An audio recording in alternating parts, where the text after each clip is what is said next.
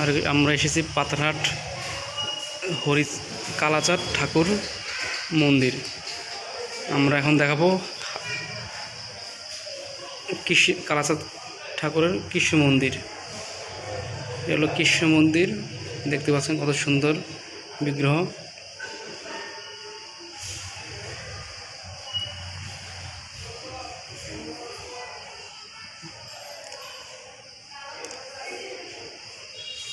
কৃষ্ণ মন্দির, এই যে কালাচাঁদ ঠাকুর মন্দির। স্বর্গীয় শশীভূষণ দে আর স্বর্গীয় রসিক চন্দ্র দে।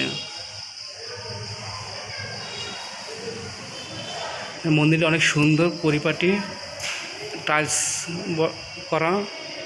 এখানে নাম কীর্তন হয়, জয় জয় রাধে কৃষ্ণ গোবিন্দ মধুসূদন রাম নারায়ণ হরে।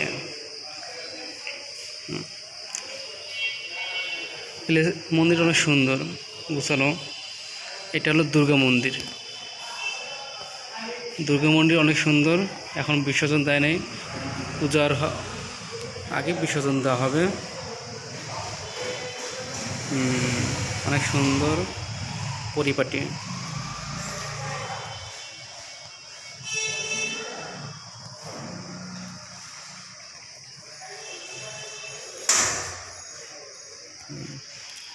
এক দর্শনার্থী আছে যার নাম রাজ, পার্থকুমার রাজ।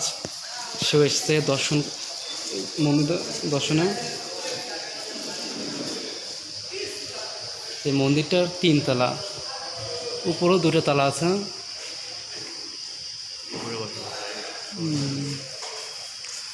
জয় রাধে কৃষ্ণ গোবিন্দ মধুসূদন নাম রাম নারায়ণ হরে।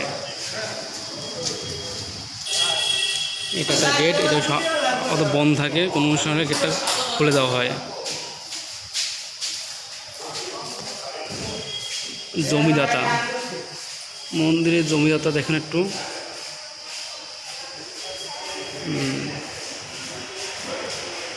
অত্র মন্দিরের জমিদাতা শ্রী শ্রী কালীচাঁদ ঠাকুর নাম দেওয়া আছে।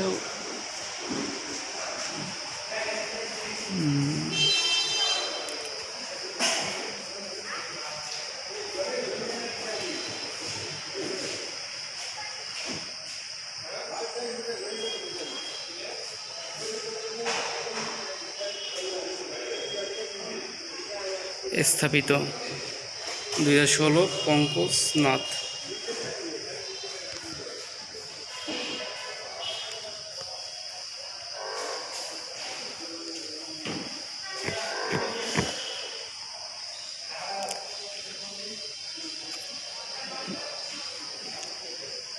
মন্দিরে আপনারা আসবেন, দেখবেন মন্দিরে দেখতে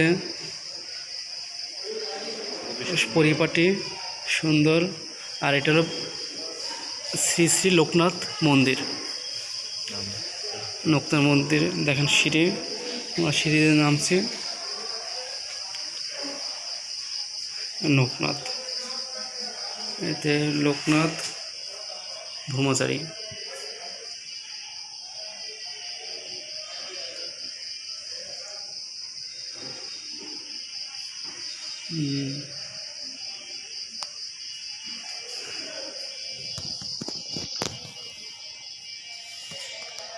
লোকনাথ মন্দির, মন্দিরে ঘড়ি আছে, মিটার আছে। মন্দিরে রাধাকৃষ্ণ, রাধাকৃষ্ণ দান বক্স। এটা উঠার সিঁড়ি, উপরে ওঠা, 3 তলা, সিসি ক্যামেরা আছে।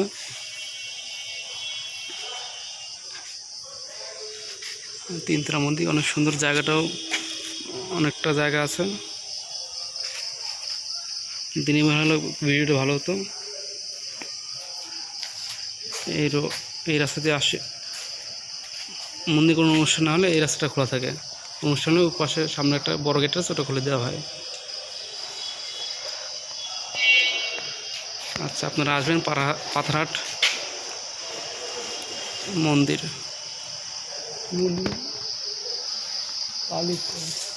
যাই হোক।